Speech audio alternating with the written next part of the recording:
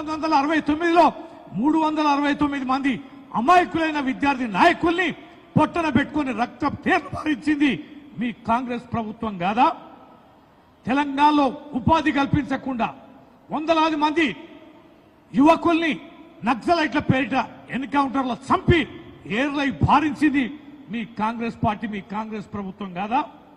సమైక్య పాలనలో తెలంగాణ కోసం పోరాటం చేస్తే అనేక మంది జైళ్లలో పెట్టి ఊచకోత కోసి విపరీతంగా లాఠీచార్జ్ చేసి కొట్టి నిర్బంధించింది మీ కాంగ్రెస్ పార్టీ కాదా?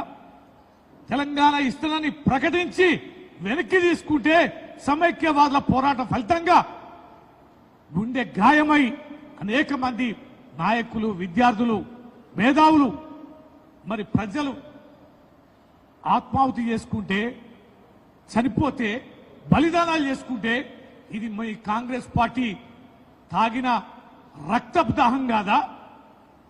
రక్తపు కేర్లు బారించారు కదా మీరు.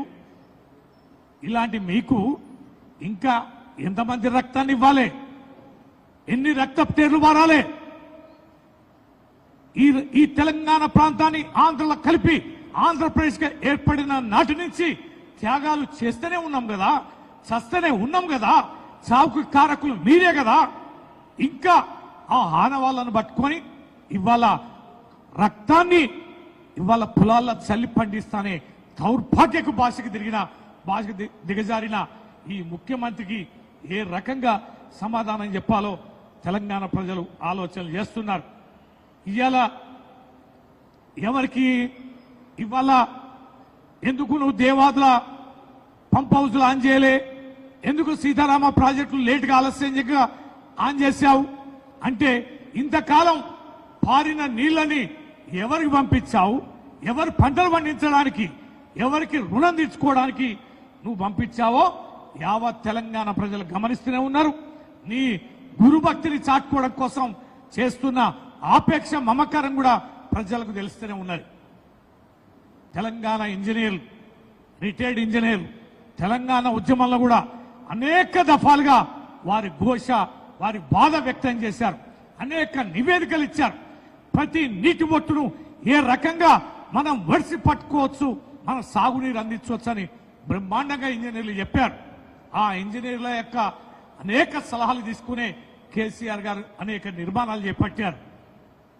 ఇవాళ మన తెలంగాణ వచ్చాక మొన్నటి వరకు పరిస్థితి యావత్ తెలంగాణ చూసుకుంటే ఎన్ని చెక్ డ్యాములు కట్టాం, ఎన్ని వాగులలో, వంకలలో నీరును నిల్వ చేసుకున్నాం.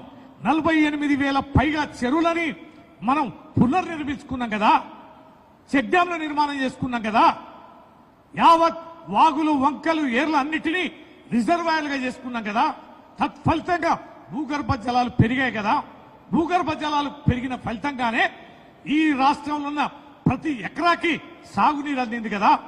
మహబూబ్నగర్ జిల్లా గాని, రంగారెడ్డి జిల్లా గాని, మెదక్ జిల్లా గాని, నల్లగొండ జిల్లాలో ఒక పార్ట్ గాని, వరంగల్ జిల్లాలోని ఒక పార్ట్ గాని, ఖమ్మం జిల్లాలో ఉన్న ఒక పార్ట్ గాని, మరి కరువుతో పీడింపబడుతున్న సాగునీరు నోచుకొని, తాగునీరు నోచుకొని ఈ రాష్ట్రం ప్రతి మారుమూలలో ప్రతి ఎకరాకి భూగర్భ జలాలు పెంచి ఇటు రిజర్వాయర్ల ద్వారా, సాగునీరు ద్వారా, ప్రాజెక్టుల ద్వారానే కాకుండా భూగర్భ జలాల ద్వారా ప్రతి ఎకరాకి సాగునీరు అందిస్తేనే కదా, నాణ్యమైన విద్యుత్తుని ఇస్తేనే కదా ఇవాళ ఇంత పెద్ద ఎత్తున పంటలు పండింది. 3.5 కోట్ల మెట్రిక్ టన్నుల పంట పండిందంటే ఈ దేశంలో నెంబర్ 1 రాష్ట్రంగా తెలంగాణ ఉందంటే ఇది కేసీఆర్ గారి ఆలోచన విధానం కదా, నీటి తీరువ విధానం కదా. ఊరికనే పంటలు పండాయా? ఊరికనే రాష్ట్రం అంతా నీరుందా?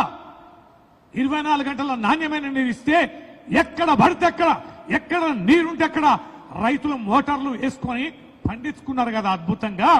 చెర్లలో గాని, వాగులలో గాని, కాలువల్లో గాని ఇవన్నీ రకాలైనటువంటి నీటి తీరువ విధానాన్ని చేస్తే ఇవాళ భూగర్భ జలాలు ఎక్కడ పోయినాయి?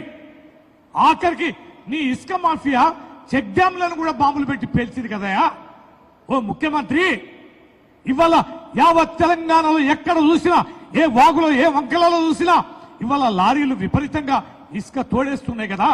భూగర్భ జలాలు ఎక్కడ ఉంటాయి? ఎక్కడ వాగులలో నీళ్లు ఉన్నాయి?